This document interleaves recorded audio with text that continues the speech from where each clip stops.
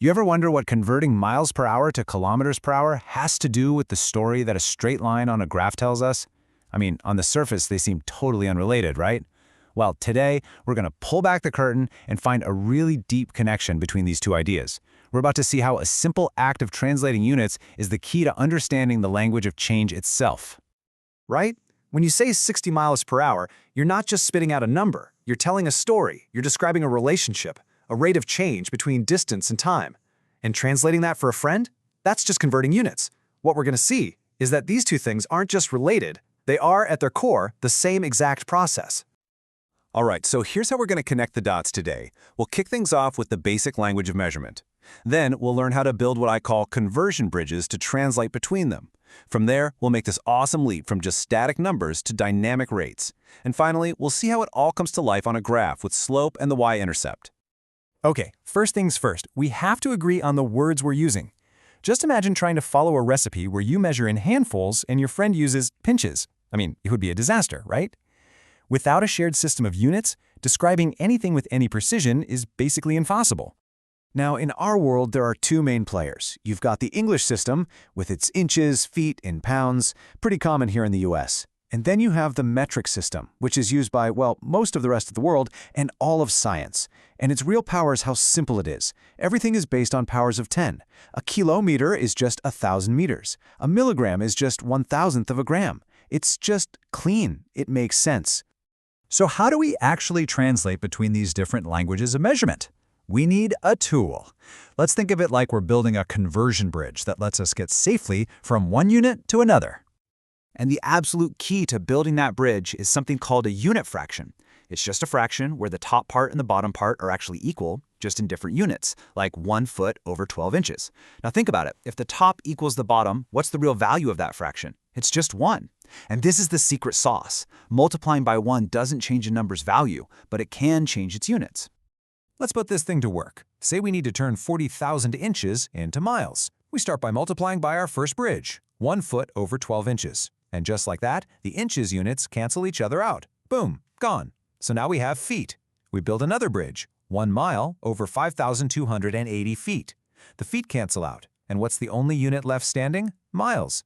It's a pretty much foolproof system to handle even really complex conversions.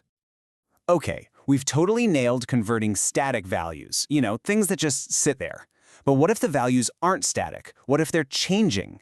Now we're going to use that same logic of comparing two units to leap from simple measurements to describing motion and change itself. Here is the key difference. A measurement is static. It's a snapshot. The runway is 1 mile long. A rate, on the other hand, is dynamic. It's a movie. It almost always has the word per in it, and it connects two different units.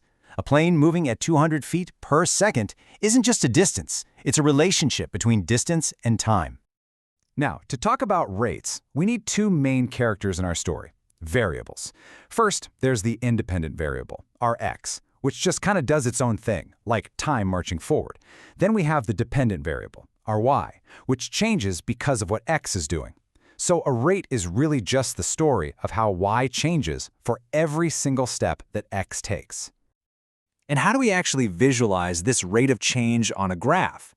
Well, the answer is one of the most powerful and honestly coolest concepts in mathematics, the slope. So this visual is called the slope. And simply put, it's just a number that tells you how steep a line is. It is our rate of change. And we find it by asking a simple question. For every step we take forward, how many steps do we go up or down? That's all rise over run really means. And that little triangle symbol, delta, that's just geek speak for the change in. You can literally see the slope on a graph. Just pick any 2 points on a line, any two at all, and draw a little right triangle between them. That vertical side, that's your rise. It shows how much y changed. The horizontal side is your run, how much x changed. The slope is just the ratio of those two sides. It's that simple. And here is the really cool property of straight lines. The slope is always constant. It doesn't matter which 2 points you pick to measure it. I mean, look here. Whether we look at the change from second 2 to second 8, or from second 3 to second 7, the calculations look different, but the result is exactly the same. The slope is 10. The rate of change isn't changing. So we have our rate of change. That's the slope.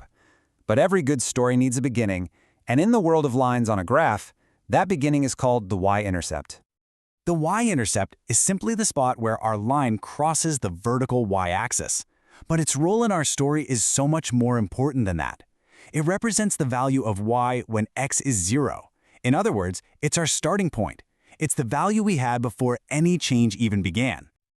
And now we can put it all together in this one beautiful, incredibly powerful equation, y equals mx plus b.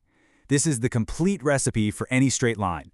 It tells us that to find any final value y, you take your starting amount, b, and then you add the change. And how much is that change? Well, it's the rate of change, m, multiplied by how long that change has been going on, which is x.